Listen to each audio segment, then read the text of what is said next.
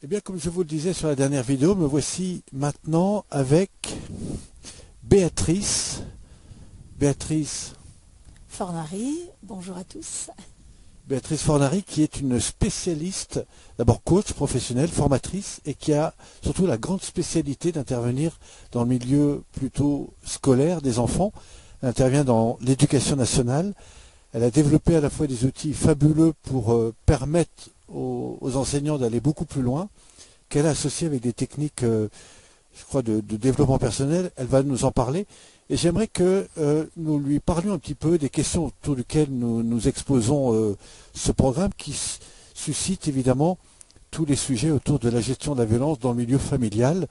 Alors juste avant, je vais lui demander un petit peu de se présenter.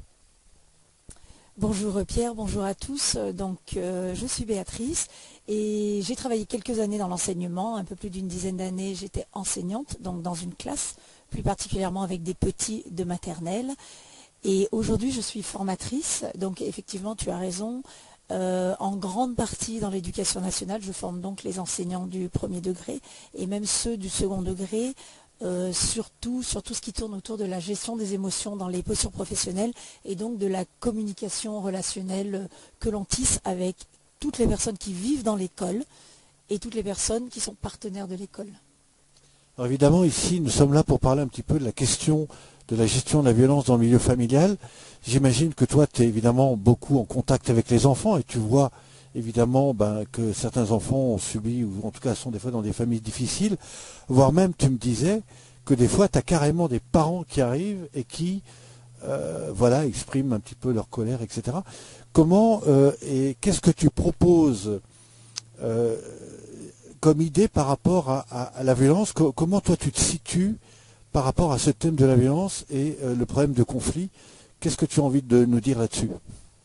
Alors déjà, la violence, ce qu'il faut savoir, c'est que c'est une souffrance qu'on a en nous, une colère qu'on a en nous. Donc moi, ce que j'essaye de faire comprendre aux enseignants dans un premier temps, c'est que ces parents qui arrivent en colère, ou nous-mêmes les enseignants, quand nous sommes en colère contre des enfants, donc, et que ça génère forcément des conflits, c'est juste déjà quelque chose à trouver à l'intérieur de nous.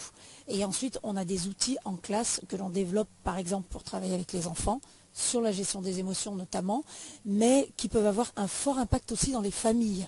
Donc ça, il faut quand même bien prendre conscience qu'au-delà du tissu relationnel qui est quelquefois compliqué à créer avec les familles, du fait de la culture, de la langue ou tout simplement de blocage, les enfants sont vraiment un vecteur. Il ne faut pas les utiliser, mais la vie de la classe peut vraiment impacter la vie de la famille.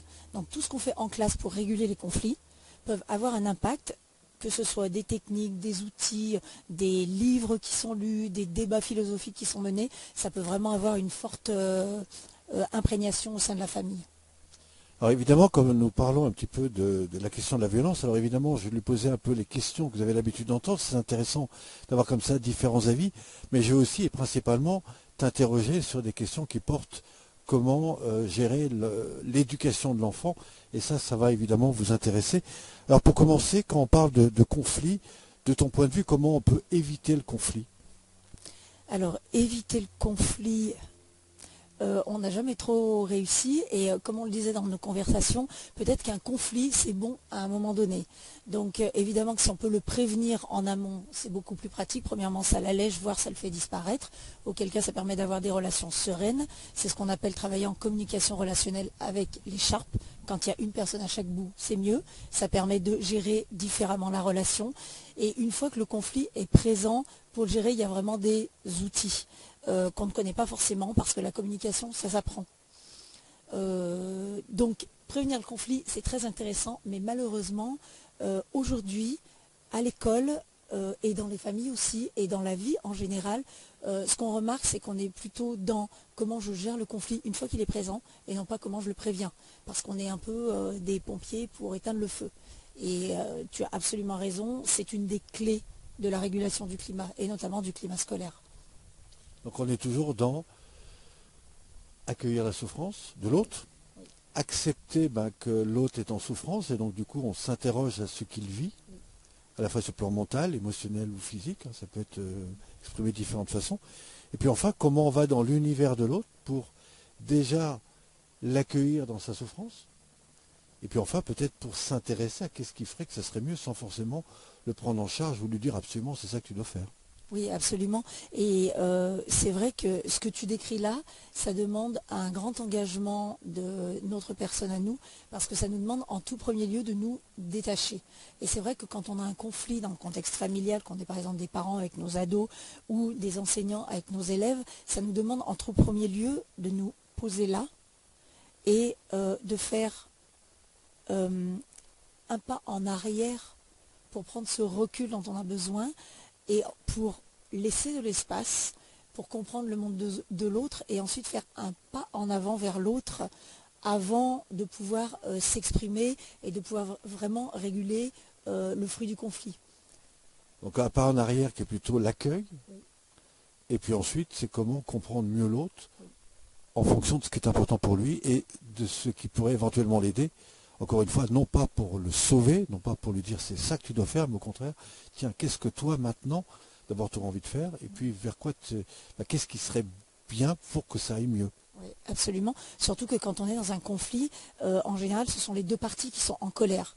La colère, c'est de la souffrance, c'est de la tristesse, et ça demande donc à l'une des deux parties, à un moment donné, de se recentrer, de s'aligner, et non plus de prêter attention à ce qui nous a touchés émotionnellement, parce qu'en définitive, dans un conflit, ce n'est pas la situation qui nous agace, ce n'est pas la situation, vraiment cette situation-là qui nous fait souffrir ou qui nous mène au conflit, mais c'est la relation que nous avons émotionnellement à cette situation. C'est la raison pour laquelle il peut arriver plusieurs situations un peu identiques à des enseignants au fur et à mesure des années, où nous aussi, en tant que parents, avec nos enfants... Alors cette vidéo dure bien sûr 40 minutes, mais si cela vous intéresse, je vous propose en cliquant sur le côté, eh bien, d'accéder à 7 intervenants que j'ai été également interrogé pendant plus de 40 minutes.